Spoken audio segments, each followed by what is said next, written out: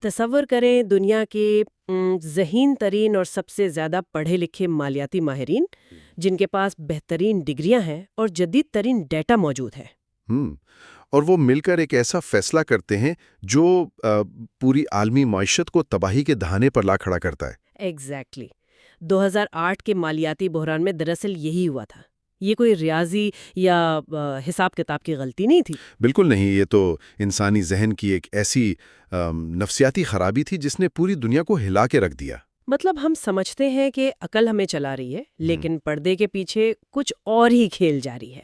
Mind talk میں خوش آمدید، جہاں ہم نفسیات کی مشہور کتابوں کے ذریعے انسانی ذہن، سوچ اور رویوں کو سادہ اور مؤثر انداز میں سمجھتے ہیں۔ اگر آپ ذہن کی گہرائیوں، سائنسی سوچ اور خود فہمی میں دلچسپی رکھتے ہیں تو ہمارے ساتھ جڑے رہیں اور مائنڈ ٹاک کو سبسکرائب کرنا نہ بھولیں۔ بہت شکریہ۔ آج کا ہمارا یہ گہرا تجزیہ رابرٹ گرین کی شہرہ آفاق کتاب the laws of human nature پر مبنی ہے۔ دیکھیں، یہ محض ایک کتاب نہیں ہے، بلکہ انسانی فطرت، ہمارے جذبات، غیر عقلی رویوں اور اس چھپی ہوئی نفسیات کو بے نقاب کرنے کا ایک ماسٹر کوڈ ہے جو ہم روزمرہ زندگی میں نظر انداز کر دیتے ہیں۔ بالکل۔ تو اس کتاب کی اتنی اہمیت کیوں ہے؟ مطلب ہم تو جدید دور میں رہ رہے ہیں نا؟ اصل میں رابرٹ گرین کا یہ کام اس لیے غیر معمولی ہے کیونکہ ہم اکثر یہ فریب پال لیتے ہیں کہ ہم 21ویں صدی کے جدید منطقی اور ٹیکنالوجی سے لیس انسان ہیں۔ ہم سمجھتے ہیں کہ ہم نے پتھر کے دور کو بہت پیچھے چھوڑ دیا ہے۔ لیکن سائنسی حقیقت کچھ اور ہی ہے۔ ایگزیکٹلی۔ ارتقائی حقیقت یہ ہے کہ ہمارے دماغ کا وہ حصہ جو جذبات کو کنٹرول کرتا ہے وہ زبان ایجاد ہونے سے بھی لاکھوں سال پرانا ہے۔ جدید معاشرے اور خصوصاً سوشل میڈیا نے ان قدیم جذبات کو ختم نہیں کیا ہے، بلکہ میرا خیال ہے انہیں ایک نیا اور زیادہ خطرناک پلیٹ فارم دے دیا ہے۔ صحیح کہہ رہی ہیں آپ۔ یہ کتاب ہمیں سکھاتی ہے کہ اگر ہم ان چھپے ہوئے نفسیاتی میکانزمز کو نہیں سمجھیں گے تو ہم ہمیشہ اپنے اور دوسروں کے غیر شعوری رویوں کے غلام رہیں گے۔ زبردست۔ اور میں بتاتی چلوں کہ یہ اس سیریز کا پہلا حصہ ہے۔ جی بالکل۔ اور اس حصے میں ہم ان چیپٹرز پر بات کریں گے: the law of irrationality، the law of narcissism, the law of role playing اور the law of compulsive behaviour. تو چلیں انسانی ذہن کی ان تہوں کو کھولتے ہیں۔ ضرور۔ پہلا چیپٹر ہے دا لا آف irrationality۔ ہم انسانوں کا یہ ماننا ہے کہ ہم بہت عقلی یا ریشنل ہے۔ ہم سوچ سمجھ کر، حقائق کو دیکھ کر فیصلے کرتے ہیں۔ مصنف یہاں ایک بڑی دلچسپ تمثیل استعمال کرتا ہے کہ ہمارا ذہن ایک بے قابو گھوڑے اور اس پر بیٹھے ایک سوار کی طرح ہے، جہاں گھوڑا ہمارے جذبات ہیں اور سوار ہماری عقل ہے۔ بالکل۔ لیکن مجھے یہ محسوس ہوتا ہے کہ آج کے دور میں یہ گھوڑا اور سوار والی بات اتنی سادہ نہیں رہی۔ مطلب یہ ایسا ہے جیسے آپ ایک جدید ترین گاڑی چلا رہے ہوں اور آپ کا جی پی ایس یعنی آپ کی عقل آپ کو سیدھا راستہ بتا رہی ہو، لیکن اچانک گاڑی کا آٹو پائلٹ سسٹم جو کہ آپ کے جذبات ہیں جی وہ ہائی جیک ہو جائے۔ ایگزیکٹلی، اور وہ گاڑی کو ایک کھائی کی طرف موڑ دے۔ اور حیرت کی بات تو یہ ہے کہ ڈرائیور اس وقت بھی یہی دلیل دے رہا ہوتا ہے کہ کھائی میں گرنا ہی سب سے بہترین فیصلہ تھا۔ یہ جو آپ نے ہائی جیکنگ کی بات کی نا، دیکھیں یہاں سب سے حیران کن بات یہ ہے کہ یہ ہائی جیکنگ دراصل ہمارے دماغ کی ساخت کا ایک لازمی حصہ ہے۔ وہ کیسے؟ اصل میں جب کوئی معلومات ہمارے دماغ میں داخل ہوتی ہیں تو وہ سیدھا عقلی حصے تک نہیں جاتی، بلکہ انہیں پہلے ہمارے جذباتی مرکز جسے امیگڈالا کہتے ہیں وہاں سے گزرنا پڑتا ہے۔ اچھا، تو اس کا مطلب ہے کہ ہم سوچنے سے پہلے محسوس کرتے ہیں؟ بالکل 100%۔ جب ہم کسی واقعے پر رد عمل دیتے ہیں تو وہ رد عمل حقیقت پر مبنی نہیں ہوتا، بلکہ اس بات پر مبنی ہوتا ہے کہ اس واقعے نے ہماری انا کو کتنا خطرہ محسوس کرایا ہے۔ ہم کنفرمیشن بائس کا شکار ہو جاتے ہیں۔ مطلب ہم صرف وہی سچ مانتے ہیں جو ہمیں سوٹ کرتا ہے۔ ایگزیکٹلی۔ ہمارا دماغ اس وکیل کی طرح کام کرنا شروع ہو جاتا ہے جس کا مقصد سچائی تلاش کرنا نہیں، بلکہ اپنے موکل یعنی ہمارے پہلے سے موجود عقائد اور جذباتی سکون کا دفاع کرنا ہوتا ہے۔ ہم ایگو بیس تھنکنگ کے تحت حقائق کو توڑ مروڑ دیتے ہیں۔ تو پھر 2008 کے معاشی بحران کو یا آج کے دور میں سوشل میڈیا پر وائرل ہونے والے غصے کو ہم اسی تناظر میں کیسے دیکھ سکتے ہیں؟ سوشل میڈیا پر تو ایسا لگتا ہے کہ کروڑوں لوگ بیک وقت ایک ہی طرح کے خوف یا غصے کا شکار ہو گئے ہیں۔ دیکھیں، ان دونوں مثالوں میں مشترک چیز ہے ہائی گریڈ غیر عقلی رویے، یعنی ری ایکٹیو سٹیٹس۔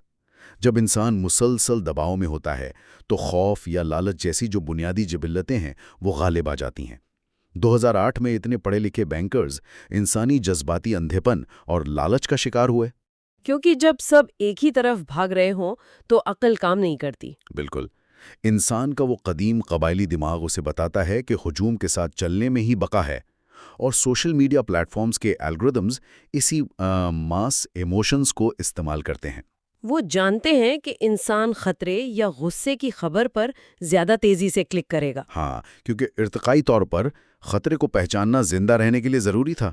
آج کوئی اصلی شیر ہمارے پیچھے نہیں بھاگ رہا، لیکن سوشل میڈیا کی ایک ٹویٹ ہمارے دماغ میں بالکل وہی کیمیائی طوفان برپا کر دیتی ہے جو کسی جنگلی جانور کو دیکھ کر ہوتا ہے۔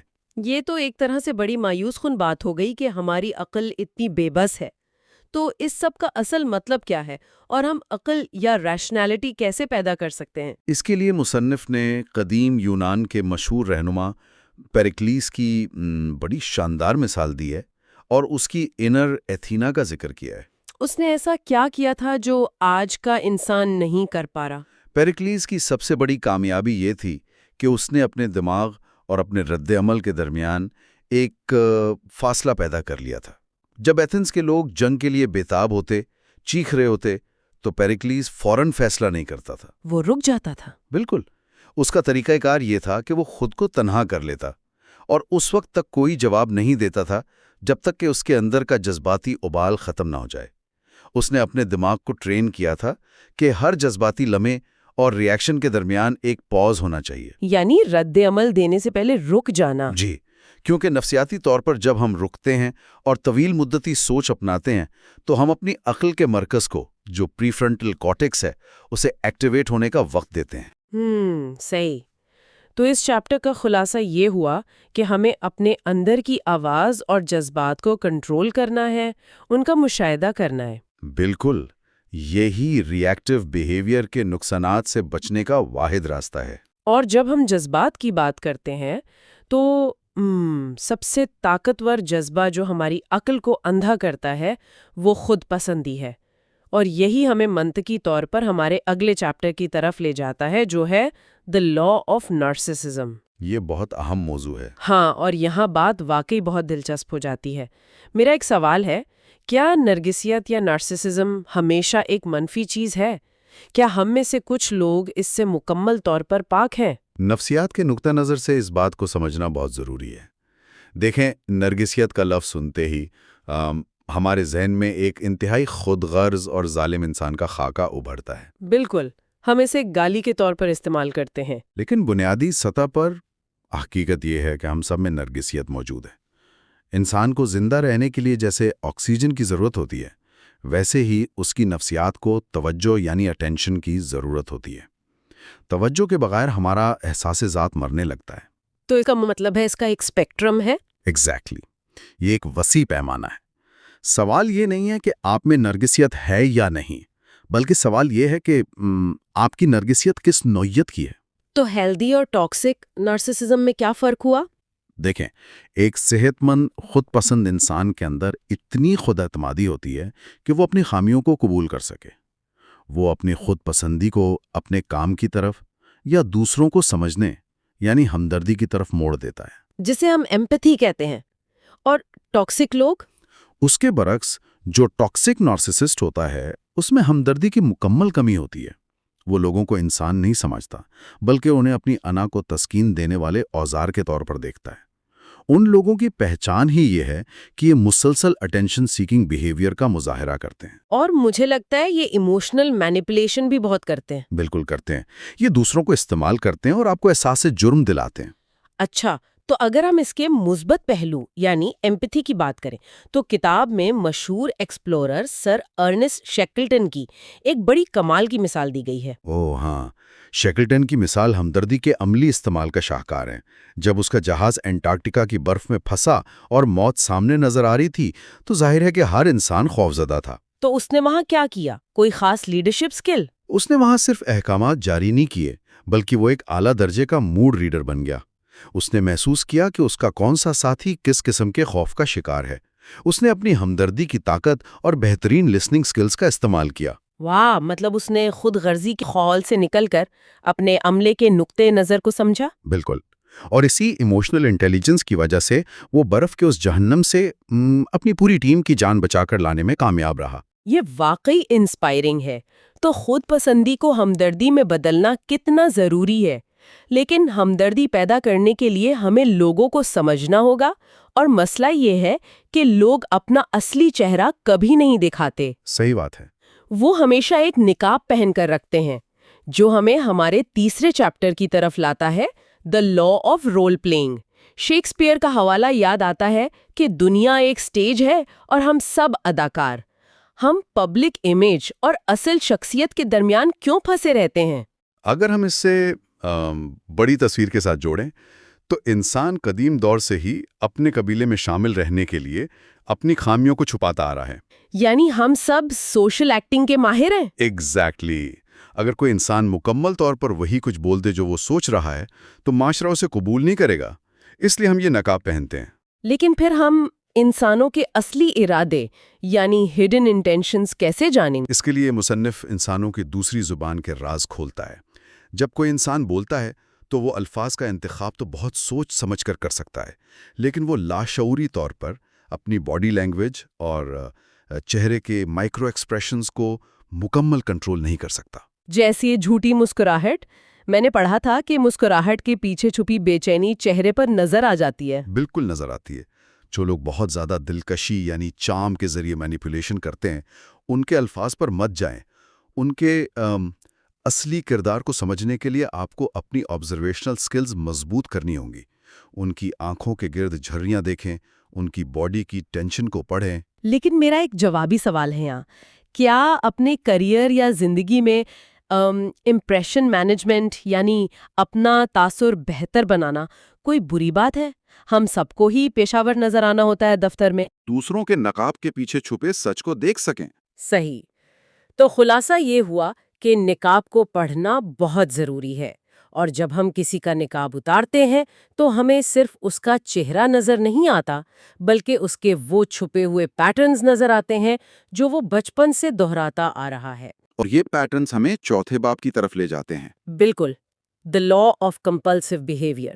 یہاں بات سوچنے والی ہے۔ ایسا کیوں ہوتا ہے کہ کچھ لوگ بار بار ایک ہی جیسی غلطیاں کرتے ہیں، ایک ہی جیسے زہریلے رشتوں میں پڑتے ہیں اور اپنی زندگی تباہ کرتے ہیں؟ یہاں ایک اہم سوال جنم لیتا ہے، کیا انسان واقعی اپنی عادات کے سامنے بے بس ہے؟ دیکھیں، اس کا تعلق سیدھا بچپن سے ہے۔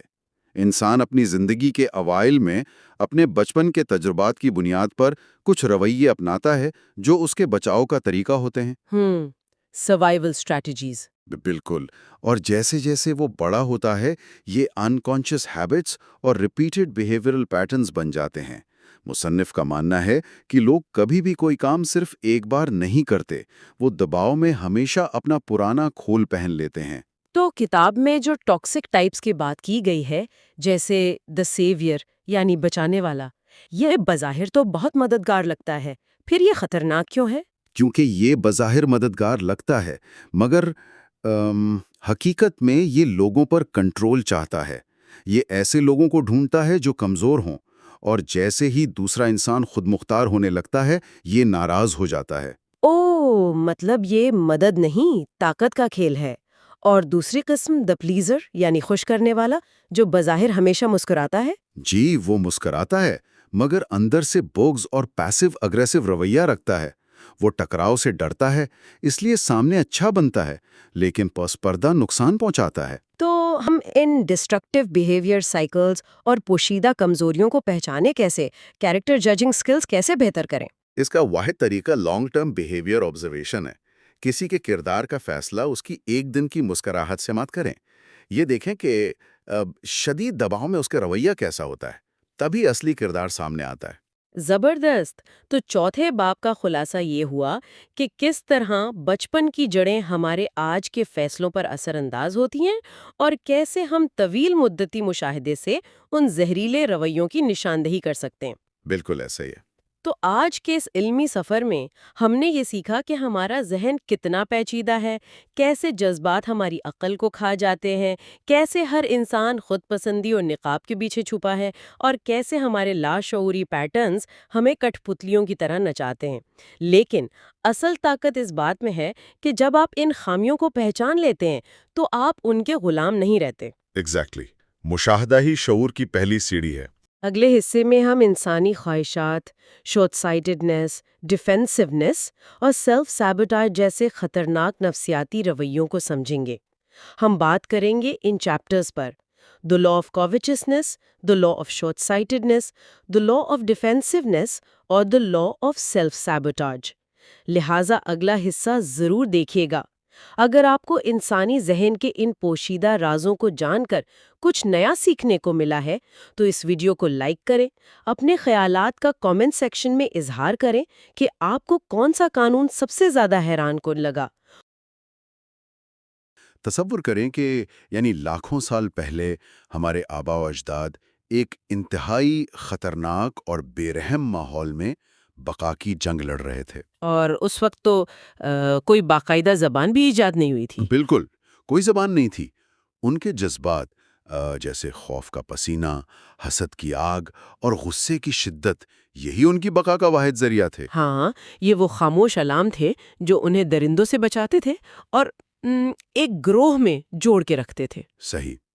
لیکن ایک ڈاکیومنٹری کی طرح اگر ہم وقت کے پہیے کو تیزی سے گھمائیں اور آج کے اس جدید سمارٹ فونز اور فلک بوس عمارتوں والے دور پر کیمرہ زوم ان کریں تو ایک انتہائی حیران کن اور قدرے خوفناک حقیقت سامنے آتی ہے. وہ یہ کہ ہم بظاہر کتنے ہی ماڈرن کیوں نہ ہو جائیں، اندر سے وہی ہیں.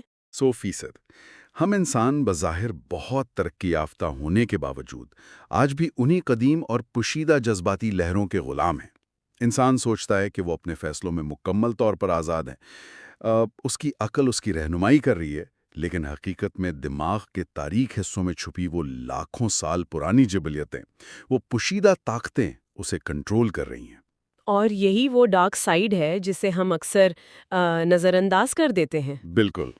دی ڈیپ ڈائیو میں خوش آمدید، جو مائنڈ ٹاک چینل پر انسانی ذہن کی ان گہری اور تاریک وادیوں کا ایک سنسنی خیز سفر ہے. یہ ہماری سیریز کا دوسرا حصہ ہے. اور آج کا سفر بہت گہرا ہونے والا ہے. ہاں، اس تفصیلی جائزے کا مقصد رابرٹ گرین کی کتاب کے ان خاص حصوں کو سمجھنا ہے جو ہمارے روزمرہ کے فیصلوں پر اثر انداز ہوتے ہیں. آج ہم ان چیپٹرز پر بات کریں گے. چیپٹر 5 دی لا آف کویٹسنس خواہشات کا قانون.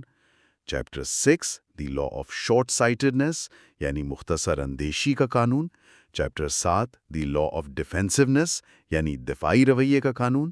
اور chapter 8 the law of self sabotage خود کو نقصان پہنچانے کا قانون. اور میں یہاں بتاتی چلوں کہ اس سفر کا مقصد محض معلومات حاصل کرنا نہیں ہے، بلکہ اپنے جذبات کا ماسٹر بننا ہے، تاکہ ہم ان خاموش طاقتوں کو پہچان سکیں.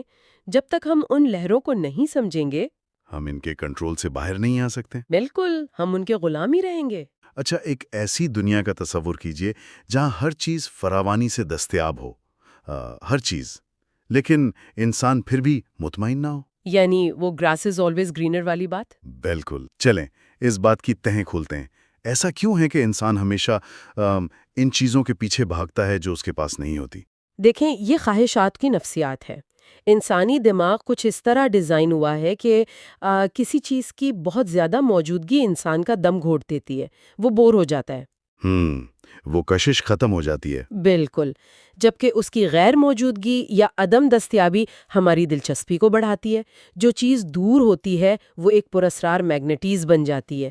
اور سب سے حیران کن بات یہ ہے کہ جو چیز منع کر دی جائے نا، جسے ٹیبو بنا دیا جائے، تو دماغ فوراً اسی طرف بھاگتا ہے۔ ہاں، کتاب میں بڑی زبردست مثال ہے وکٹورین دور کی، جب فحاشی اور جسمانی کشش کے اظہار پر انتہائی سخت پابندی لگی تو اس کا نتیجہ کیا نکلا؟ میرا خیال ہے لوگ زیادہ چھپ کے یہ کام کرنے لگے ہوں گے۔ اس سے بھی بڑھ کر اسی دور نے دنیا کی سب سے پہلی اور باقاعدہ پورنوگرافک انڈسٹری کو جنم دیا۔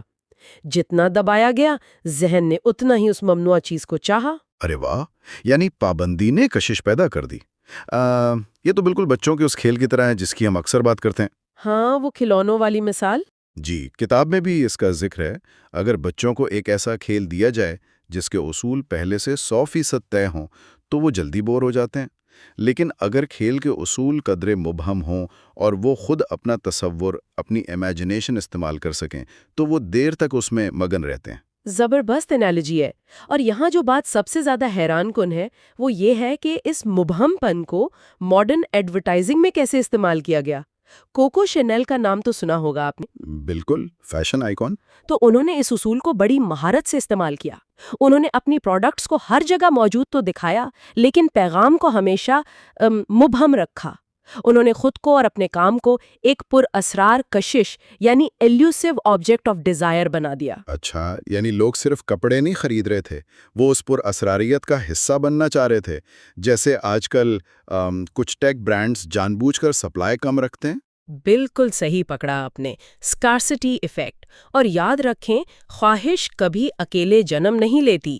ہم بچپن سے ہی بہن بھائیوں سے، والدین کی توجہ کے لیے مقابلہ کرتے ہیں۔ Social comparison. ہاں، ہم وہ چیز چاہتے ہیں جو دوسرے چاہتے ہیں۔ حسد اور کشش آپس میں جڑے ہوئے ہیں۔ تو اگر اس باب کا عملی خلاصہ نکالا جائے تو وہ یہ ہے کہ حقیقت پر توجہ دیں، دور کی خیالی دنیاؤں کے بجائے اپنے ارد گرد موجود رشتوں اور ماحول کی گہرائی کو جانیں، اور دوسروں کے لیے خود کو تھوڑا پراسرار بنائیں تاکہ آپ کی قدر بڑھے۔ سب کچھ پلیٹ پہ رکھ کر مت دیں۔ بالکل، تھوڑا سا مبہم پن کشش کو زندہ رکھتا ہے۔ اچھا، اب ذرا ایک اور منظر کی طرف چلتے ہیں۔ ایک بحری جہاز جو طوفان میں پھنسا ہو، چاروں طرف کالی آندھی ہو، اور کپتان دور اندیشی کی بجائے صرف سامنے والی لہروں کو دیکھ کر گھبرا رہا ہو۔ یہ تو تباہی کی نشانی ہے نا؟ یہاں آ کر بات واقعی بہت دلچسپ ہو جاتی ہے۔ سوال یہ ہے کہ ہم انسان مستقبل کے طویل مدتی نتائج کو سوچے بغیر فوری جذبات میں آ کر اتنے اندھے فیصلے کیوں کرتے ہیں؟ دیکھیں، یہ کرائسس تھنکنگ کہلاتی ہے، اور یہ ہماری اسی جانوروں والی جبلت کا حصہ ہے۔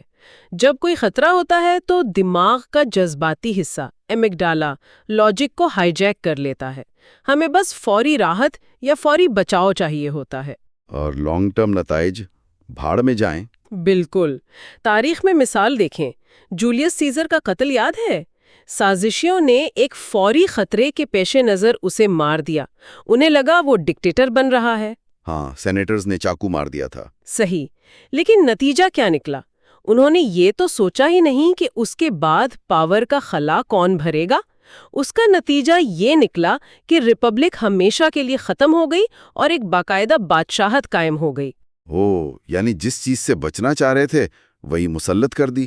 لیکن یہ تو پرانے زمانے کے سیاست دانوں کی بات ہو گئی۔ کیا پڑھے لکھے لاجیکل لوگ بھی اس کا شکار ہوتے ہیں؟ ارے بالکل ہوتے ہیں۔ سر آئزیک نیوٹن کا نام تو سنا ہے نا؟ کشش ثقل والے نیوٹن، ان کو کیا ہوا؟ ہاں، ان جیسا عقل مند انسان بھی اس کا شکار ہوا۔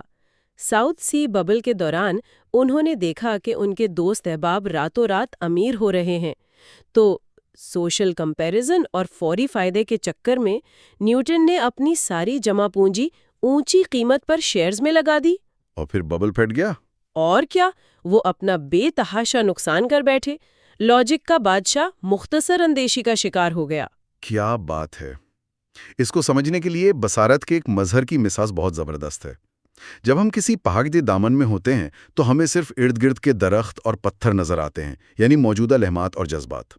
ہاں، وہ ہمارا شارٹ ٹرم ویو ہوتا ہے۔ بالکل، لیکن جب ہم پسینہ بہا کر پہاڑ کی چوٹی پر پہنچتے ہیں تو ہمیں پورا منظر صاف دکھائی دیتا ہے۔ ہمیں سمجھ آتی ہے کہ کون سا راستہ کھائی کی طرف ہے اور کون سا منزل کی طرف۔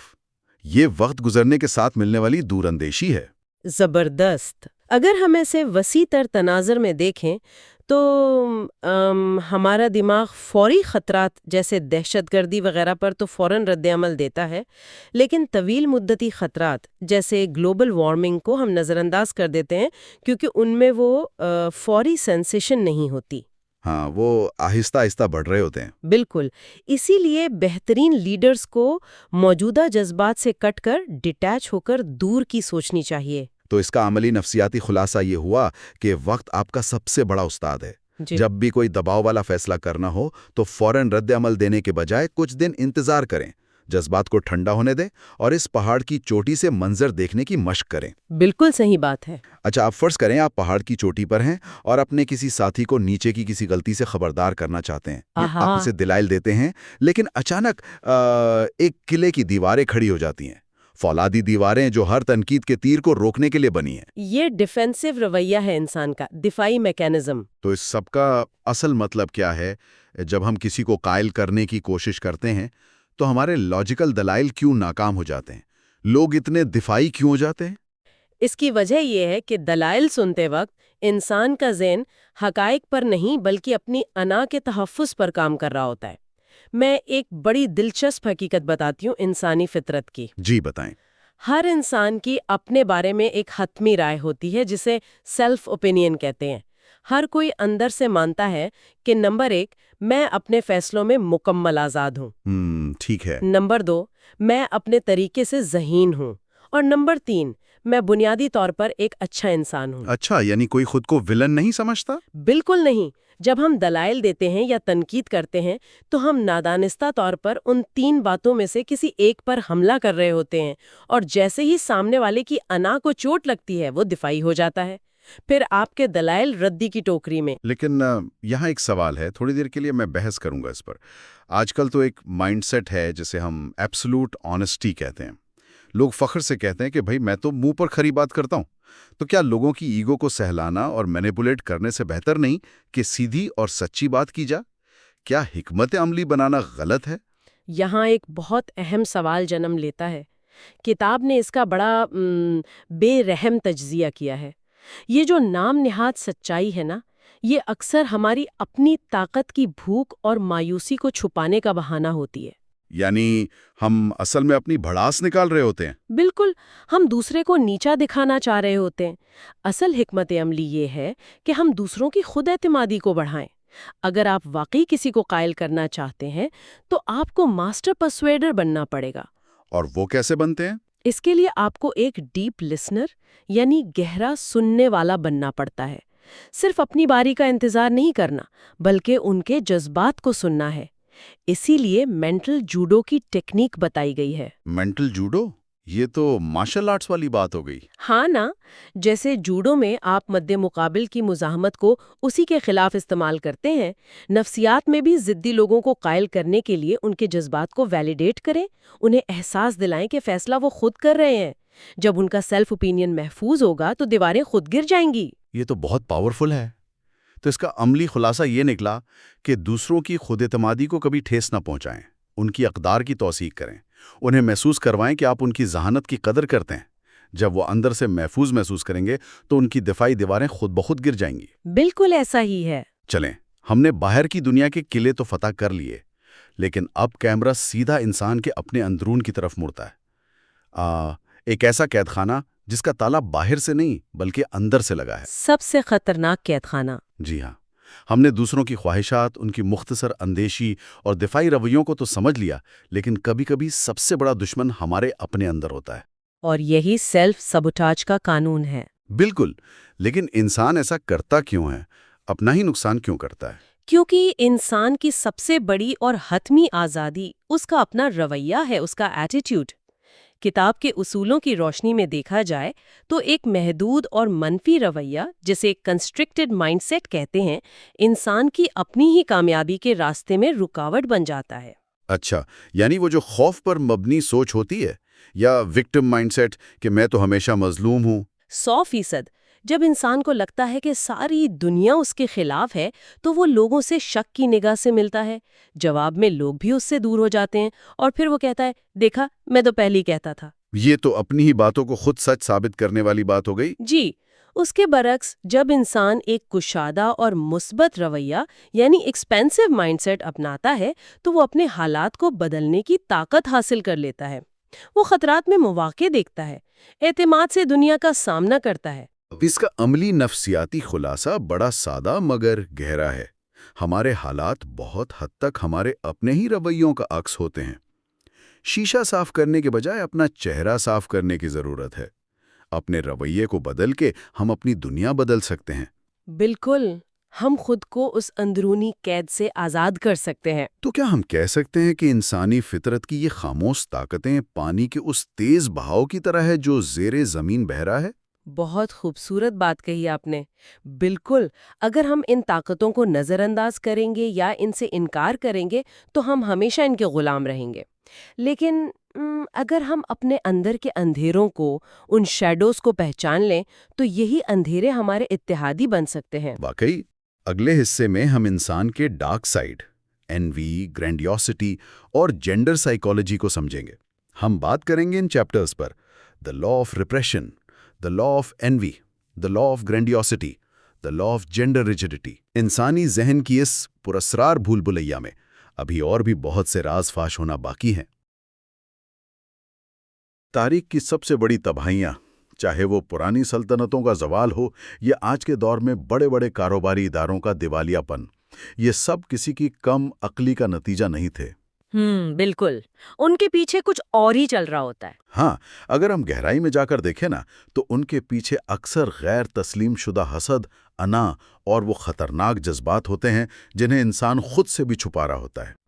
ہم اکثر یہ سمجھتے ہیں کہ ہم بہت باشعور ہیں، ہم اپنے فیصلے خود کرتے ہیں۔ لیکن حقیقت یہ ہے کہ انسانی رویوں کو چلانے والی تاریک اور اندیکھی ڈوریاں کہیں اور سے ہل رہی ہوتی ہیں۔ بالکل، مائنڈ ٹاک یعنی مائنڈ ٹاک کی اس تفصیلی نشست میں خوش آمدید، جہاں ہم انہی پوشیدہ محرکات کا مطالعہ کر رہے ہیں۔ اور ہاں، یہ ہماری سیریز کا تیسرا حصہ ہے۔ اور اس پراسرار سفر میں ہمارے تجزیے کی بنیاد رابرٹ گرین کی مشہور کتاب the laws of human nature یعنی the laws of human nature ہے۔ میں بتاتی چلوں کہ آج ہم انسانی نفسیات کے 4 انتہائی پیچیدہ پہلوؤں کو سمجھنے کی کوشش کریں گے۔ یعنی ہمارا بنیادی مقصد یہ جاننا ہے کہ کیوں ایک انتہائی سلجھا ہوا، بظاہر نارمل انسان اچانک غیر متوقع اور تباکن رویہ اختیار کر لیتا ہے، رائٹ؟ جی ہاں، ہم آج انسانی شخصیت میں دبے ہوئے جذبات، حسد کی خاموش اور زہریلی شکلوں، کامیابی سے پیدا ہونے والے عظمت کے خبط اور صنفی شناخت کی ان سختیوں پر بات کریں گے جو ہماری اصل تخلیقی صلاحیت کو ہی قید کر دیتی ہیں۔ زبردست! تو آئیے اس نفسیاتی میکانزم کو ذرا کھولتے ہیں۔ جب ہم ان تاریک رویوں کی جڑ تلاش کرتے ہیں تو سب سے پہلا پڑاؤ وہ ہوتا ہے جسے ماہرین دا لا آف ریپریشن یعنی دا لا آف ریپریشن یا دبے ہوئے جذبات کا قانون کہتے ہیں۔ ارے، یہ ایک بہت ہی گہرا موضوع ہے ویسے۔ ہم اکثر بچپن میں سنتے ہیں نا کہ اچھے بچے غصہ نہیں کرتے یا اچھے بچے ضد نہیں کرتے۔ ان سماجی پابندیوں کی وجہ سے ہم اپنی شخصیت کے ایک حصے کو، جس میں غصہ، خود غرضی یا عجیب سی خواہشات شامل ہوتی ہیں، انہیں لاشعور کے اندھیرے میں دھکیل دیتے ہیں۔ بالکل، اور کارل جنگ جیسے ماہر نفسیات نے اس چھپے ہوئے حصے کو شیڈو یعنی تاریک شخصیت کا نام دیا تھا۔ شیڈو، بالکل۔ یہ ویسے بالکل ایسا ہی ہے جیسے کسی اسمارٹ فون میں چلنے والی بے شمار بیک گراؤنڈ ایپس۔ مطلب وہ اسکرین پر تو نظر نہیں آتی، لیکن وہ مسلسل ڈیوائس کی بیٹری گرا رہی ہوتی ہیں، یہاں تک کہ پورا سسٹم اچانک کریش کر جاتا ہے۔ ایگزیکٹلی، پورا سسٹم بیٹھ جاتا ہے۔ تو ہم اس لاشعوری دباؤ کو پھٹنے سے پہلے کیسے پہچان سکتے ہیں؟ یہ کیسے کام کرتا ہے؟ یہاں جو بات سب سے زیادہ حیران کن ہے وہ یہ ہے کہ انسان کا مسئلہ یہ ہے کہ وہ اس شیڈو کو ہمیشہ کے لیے دبا کر نہیں رکھ سکتا۔ اسے سمجھنے کے لیے ہمیں اعصابی اور نفسیاتی تناؤ کو دیکھنا ہوگا۔ اچھا۔ جی، جب انسان تھکا ہوا ہوتا ہے یا شدید دباؤ کا شکار ہوتا ہے نا، تو دماغ کا وہ حصہ جو ہمارے رویوں کو کنٹرول کرتا ہے، پری فرنٹل کارٹیکس، وہ کمزور پڑ جاتا ہے۔ اوہ، اور تب یہ تاریک پہلو پوری طاقت سے باہر آتا ہے؟ جی بالکل۔ کتاب میں امریکی صدر رچرڈ ڈکسن کی بڑی دلچسپ مثال دی گئی ہے۔ شعوری طور پر نکسن ایک انتہائی ذہین، محنتی اور مہذب سیاستدان تھے جو ہمیشہ چہرے پر ایک شائستہ مسکراہٹ سجا کر رکھتے تھے۔ لیکن ان کی اس مسکراہٹ کے پیچھے ایک شدید عدم تحفظ، ایک انسیکیورٹی چھپی ہوئی تھی۔ انہوں نے ہمیشہ خود کو ایک آؤٹ سائیڈر محسوس کیا تھا، جیسے کوئی انہیں قبول نہیں کر رہا۔ صحیح کہا آپ نے۔ اور جب وہ صدارت کے انتہائی دباؤ والے عہدے پر پہنچے نا، تو ان کا وہ کنٹرول روم یعنی ان کا ڈیفنس سسٹم ٹوٹ گیا۔ اور پھر واٹر گیٹ سکینڈل ہو گیا۔ ان کے شیڈو نے کنٹرول سنبھال لیا، وہ ہر کسی کو اپنا دشمن سمجھنے لگے۔ بالکل، ان کے اندر کی وہ ساری چھپی ہوئی جارحیت اور خوف جسے انہوں نے دہائیوں تک دبایا تھا، وہ باہر آ گیا۔ ان کی ظاہر مہذب شخصیت اور لاشعوری فیصلوں کے درمیان اتنا بڑا تضاد پیدا ہو گیا کہ اس نے ان کا پورا کیریئر ہی تباہ کر دیا۔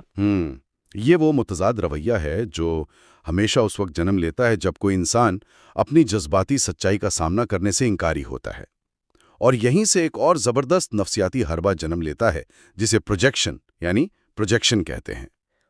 ہاں، پروجیکشن، یہ تو بہت عام ہے۔ واقعی، مطلب جب کوئی انسان اپنے اس تاریک پہلو یا اپنی خامیوں کو اپنے اندر برداشت نہیں کر پاتا تو وہ لاشعوری طور پر انہیں دوسروں میں تلاش کرنے لگتا ہے۔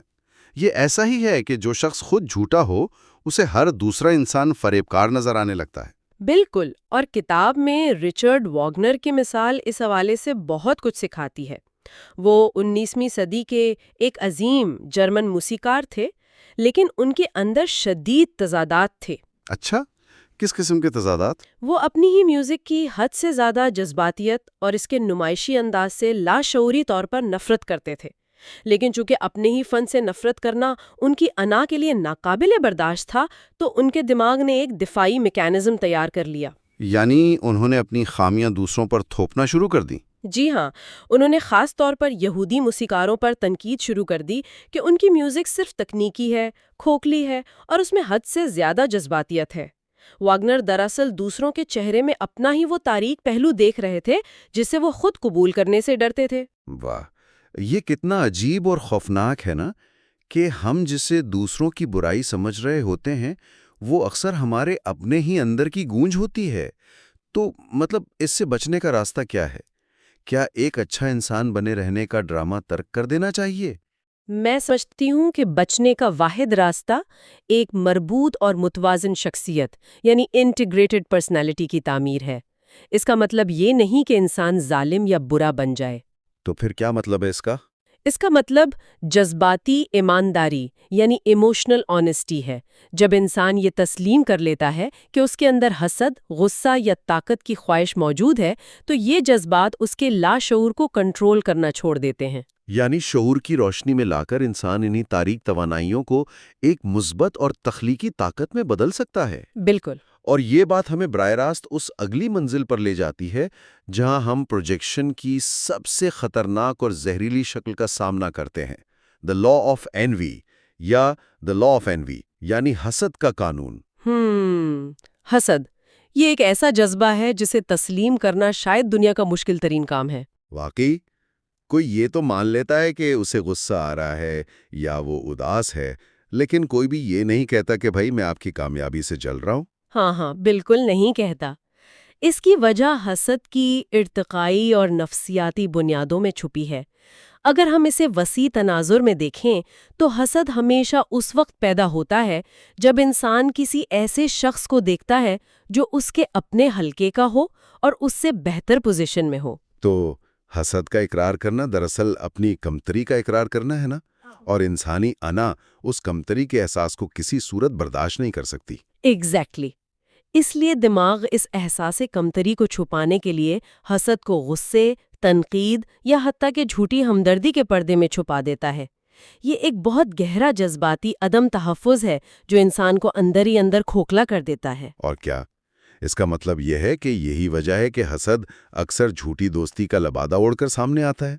ہم ماڈرن دور میں اسے کیسے پہچانیں، خاص طور پر یہ سوشل میڈیا کے زمانے میں؟ کیا ہم اپنے قریبی دوستوں سے بھی محتاط رہیں؟ دیکھیے، محتاط رہنے کی ضرورت تو ہوتی ہے۔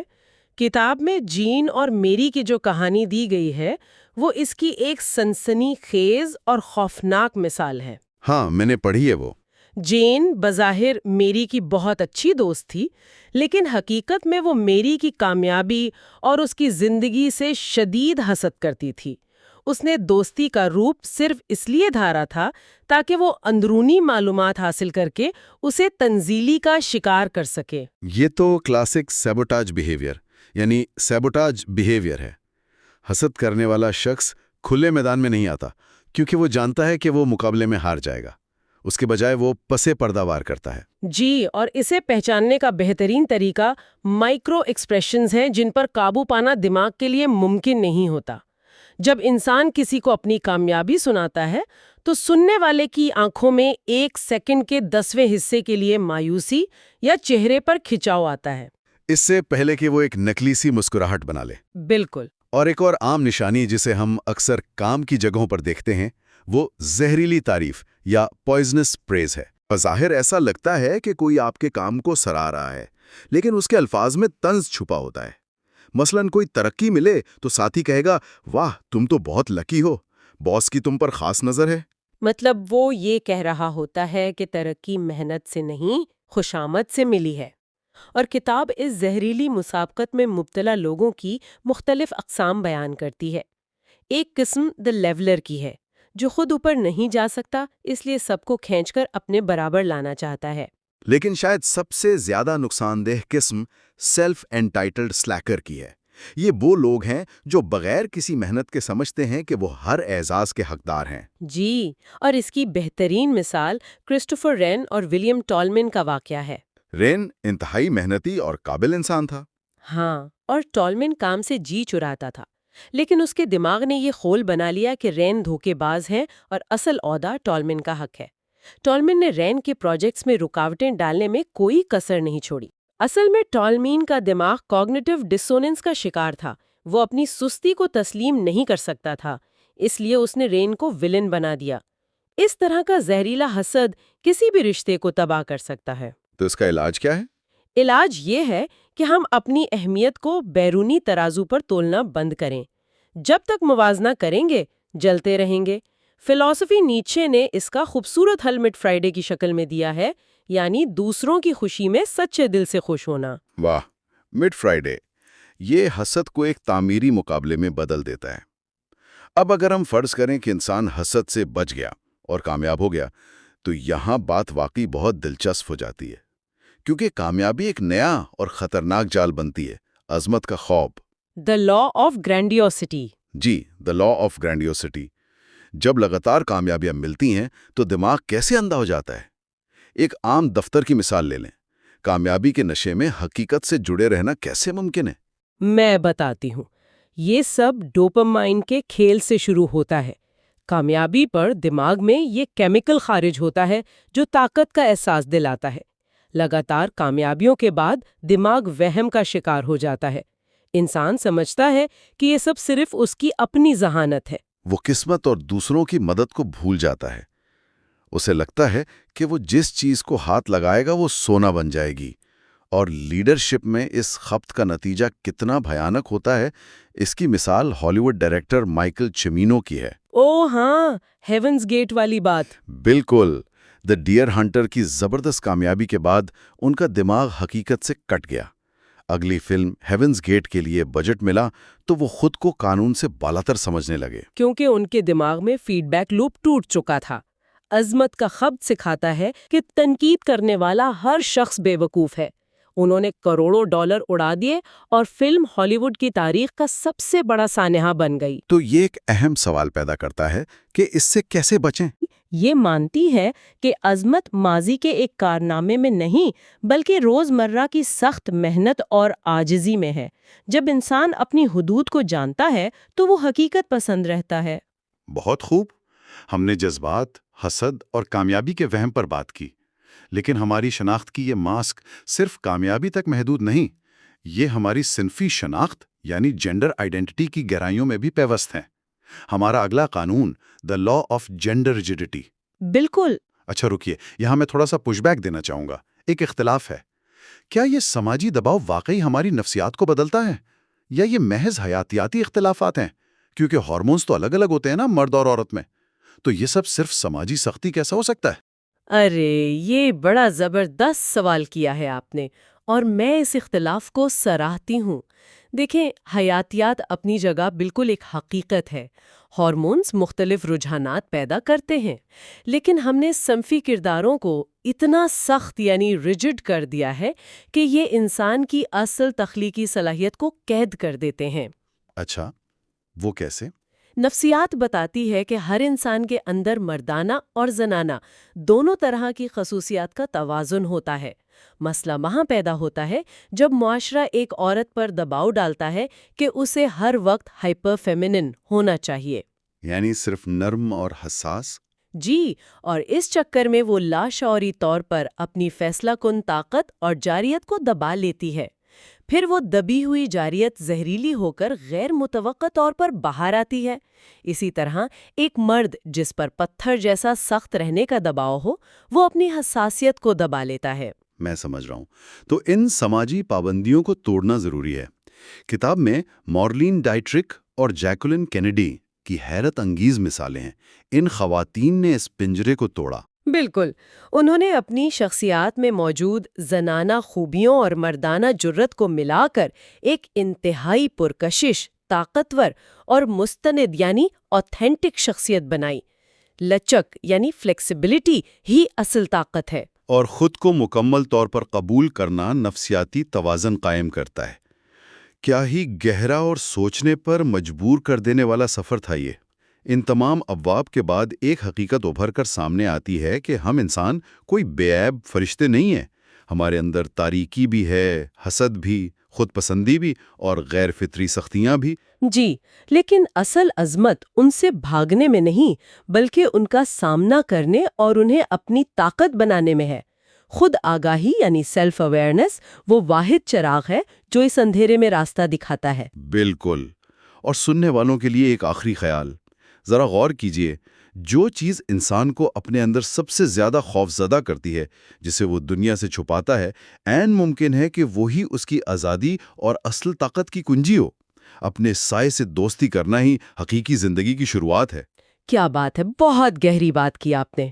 کنفارمیٹی، لیڈرشپ، ایگریشن، جنریشنز اور مورٹیلٹی جیسے سب سے طاقتور انسانی موضوعات کو ایکسپلور کریں گے اور دیکھیں گے کہ دی لا آف ڈیتھ، ڈینائل جیسی چیزیں ہمیں کیسے کنٹرول کرتی ہیں۔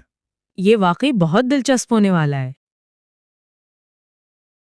انسان اس زمین پر موجود واحد مخلوق ہے جو اپنے وجود کے مقصد پر باقاعدہ سوال اٹھا سکتی ہے۔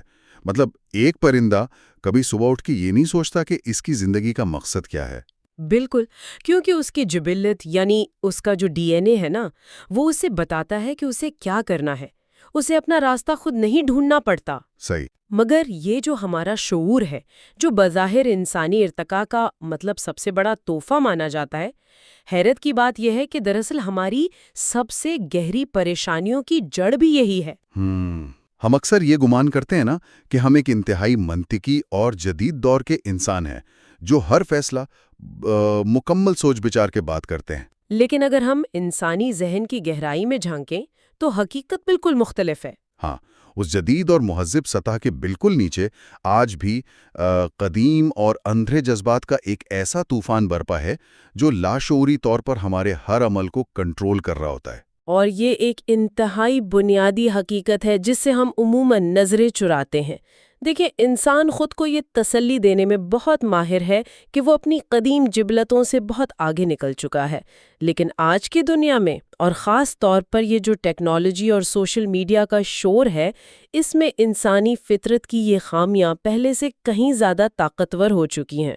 بالکل، مطلب آج جذبات صرف محسوس نہیں کیے جاتے بلکہ وہ وائرل ہوتے ہیں، اور جب ایسا ہوتا ہے تو کوئی بھی شخص ان جذباتی طوفانوں کے سامنے بے بس ہو جاتا ہے۔ اور یہی وہ مقام ہے جہاں سے مائنڈ ٹاک کا یہ گہرا تجزیہ اپنا رخ متعین کرتا ہے۔ جی بالکل، پچھلے حصوں میں ہم نے انسانی نفسیات کے ان گنت پہلوؤں کو جوڑنے کی کوشش کی، جہاں یہ واضح ہوا کہ کس طرح اندرونی خوف اور عدم تحفظ ہمارے روزمرہ کے رویوں کو شکل دیتے ہیں۔ تو آج پورے جوش اور مسرت کے ساتھ یہ اعلان کیا جا رہا ہے کہ یہ ہماری سیریز کا آخری حصہ ہے، اور اس تفصیلی مطالعے میں رابرٹ گرین کی مشہور کتاب the laws of human nature کے ان حصوں کو ڈیکوڈ کیا جائے گا جو انسانی رویوں کے سب سے گہرے راز کھولتے ہیں۔ میں سمجھتی ہوں یہ اس فکری سفر کا ایک بہت اہم سنگ میل ہے۔ ہم خاص طور پر باب 13, 14 اور 15 پر بات کریں گے، یعنی the law of aimlessness, the law of conformity اور دا لا آف فکلنس۔ یہ اصول واضح کرتے ہیں کہ انسان کیسے سمت کھوتا ہے اور پھر اس خلا کو کیسے بھرتا ہے۔ اچھا، تو سب سے پہلے دا لا آف ایملیسنس یعنی بے مقصدی کے قانون پر بات کرتے ہیں۔ اگر جانور کی مثال پر واپس جائیں تو اس کے پاس تو ایک بلٹ ان نیویگیشن سسٹم موجود ہے، لیکن انسان کو اپنا راستہ خود تراشنا پڑتا ہے۔ ہاں، اور جب یہ راستہ نظر نہیں آتا نا تو پھر زندگی ایک نہ ختم ہونے والے ڈپریشن کا روپ دھار لیتی ہے۔ اس بات کی گہرائی کو سمجھنے کے لیے ہمیں شعور کی ساخت پر غور کرنا ہوگا۔ مطلب شعور کی ساخت سے آپ کی کیا مراد ہے؟ دیکھیے، انسان کا شعور ایک لا انتہا خلا کی طرح ہے۔ جب اس خلا کو کسی بامعنی کام سے نہیں بھرا جاتا نا تو وہاں بے چینی اور انزائٹی جنم لیتی ہے۔ کتاب میں اس کا حل ایک اندرونی آواز یا انر وائس کی دریافت کو قرار دیا گیا ہے۔ جیسے مارٹن لوتھر کنگ جونیئر کی مثال دی جاتی ہے کہ کیسے ایک حقیقی مقصد انسان کی ساری توانائیاں یکجا کر دیتا ہے۔ بالکل، جب انسان کو یہ معلوم ہو جاتا ہے کہ وہ کس اعلیٰ مقصد کے لیے پیدا ہوا ہے تو اس کی بکھری ہوئی توانائیاں ایک نقطے پر مرکوز ہو جاتی ہیں، اور یہ اعلیٰ مقصد بیرونی دنیا کے دباؤ سے مکمل طور پر بے نیاز ہوتا ہے۔ اوکے، لیٹس انپیک دس۔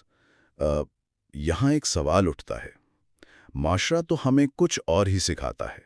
اگر کوئی شخص صرف دولت اور کامیابی کو ہی اپنا مقصد بنا لے تو کیا وہ کافی نہیں؟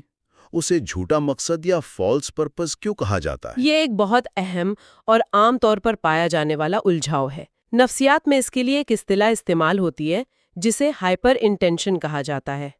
اس کا مطلب ہے کسی ایک مخصوص چیز پر اس قدر دیوانہ وار توجہ مرکوز کر دینا کہ وہ چیز الٹا دور بھاگنے لگے۔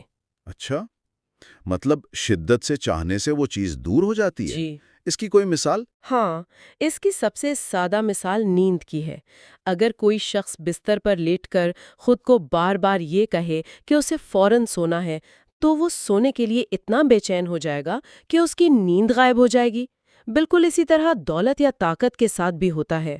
صحیح، مطلب جب صرف نتیجہ ہی سب کچھ بن جائے تو عمل کا قدرتی بہاؤ رک جاتا ہے۔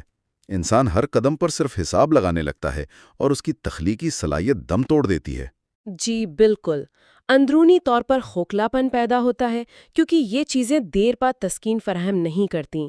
حقیقی کامیابی عموماً کسی بڑے بامعنی کام کے بائی پروڈکٹ یا ذیلی نتیجے کے طور پر حاصل ہوتی ہے، براہ راست اسے ہدف بنانے سے نہیں۔ تبھی تو بظاہر کامیاب لوگ بھی شدید مایوسی کا شکار نظر آتے ہیں، اور جب حقیقی مقصد کا فقدان ہوتا ہے تو پھر انسان اس خلفشار یا ڈسٹریکشن کی ثقافت کا حصہ بن جاتا ہے۔ نیچے کا وہ قول بہت کمال کا ہے کہ انسان بے مقصدی کے بجائے خلا کو اپنا مقصد بنانا زیادہ پسند کرتا ہے۔ یعنی وہ تشکیک، منفی سوچ اور وقتی خوشیوں کو ہی اپنی زندگی کا جواز بنا لیتا ہے۔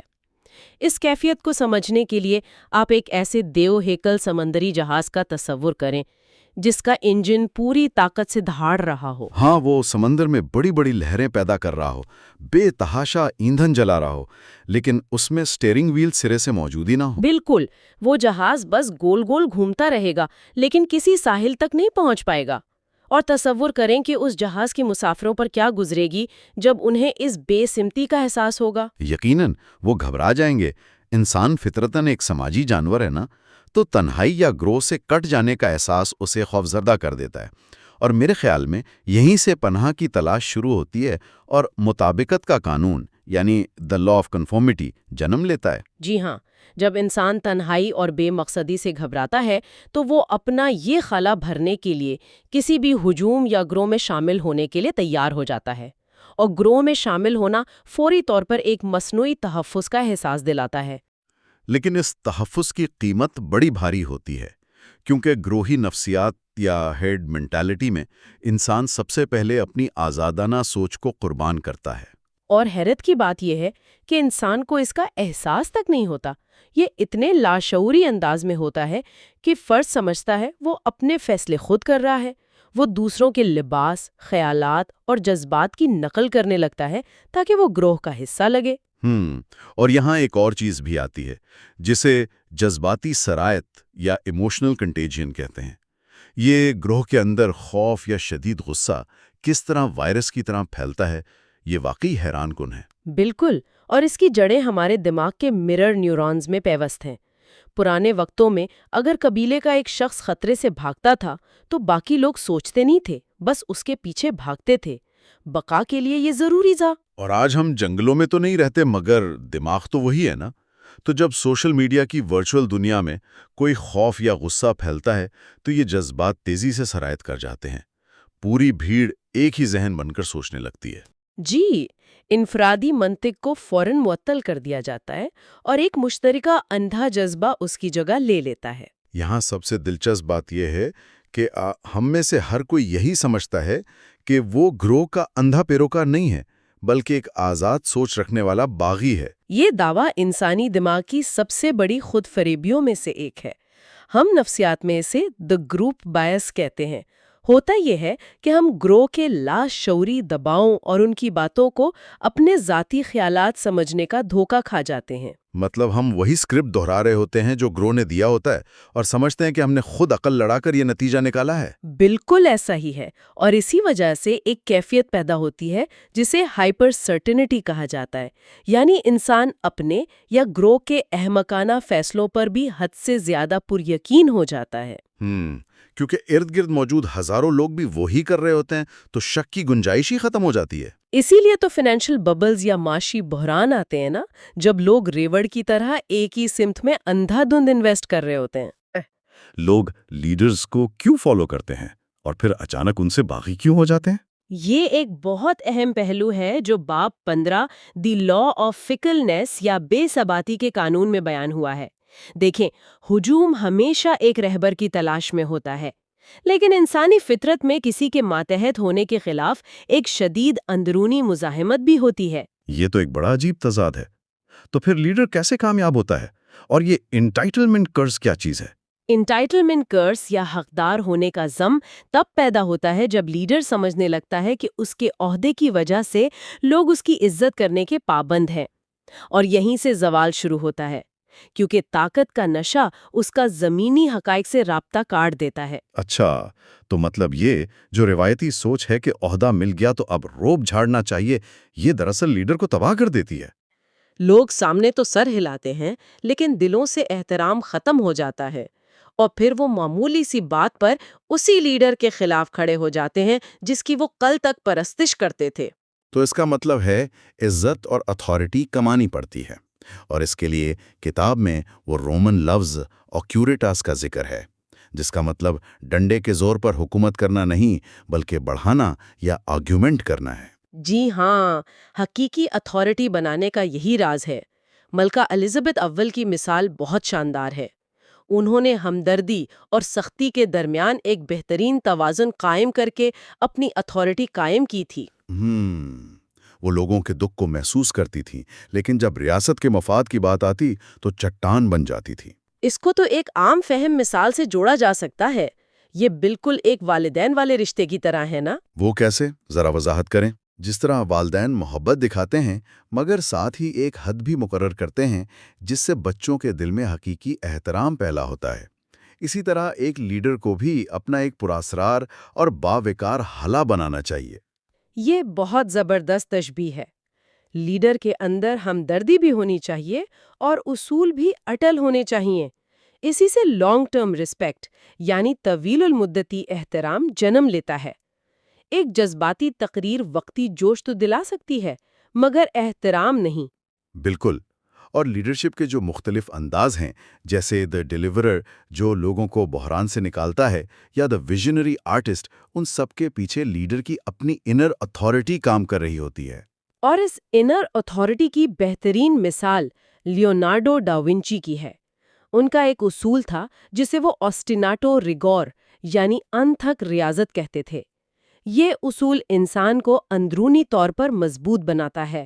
مطلب انہیں اس بات کی پرواہ نہیں ہوتی تھی کہ دنیا تعریف کر رہی ہے یا نہیں، ان کی اپنی اندرونی آواز ہی ان کا سب سے بڑا نکات تھا۔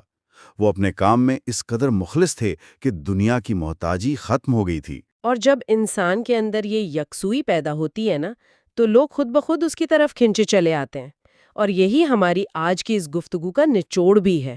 واقعی اگر پوری کتاب کا خلاصہ پیش کیا جائے تو انسانی فطرت کا یہ مطالعہ صرف معلومات کا ذخیرہ نہیں ہے، یہ اپنے جذبات پر قابو پانے، سیلف اویئرنیس اور ہمدردی پیدا کرنے کا نام ہے۔ بالکل، ہم جان جاتے ہیں کہ لوگ کیوں اچانک مشتعل ہوتے ہیں یا ہجوم کا حصہ کیوں بنتے ہیں۔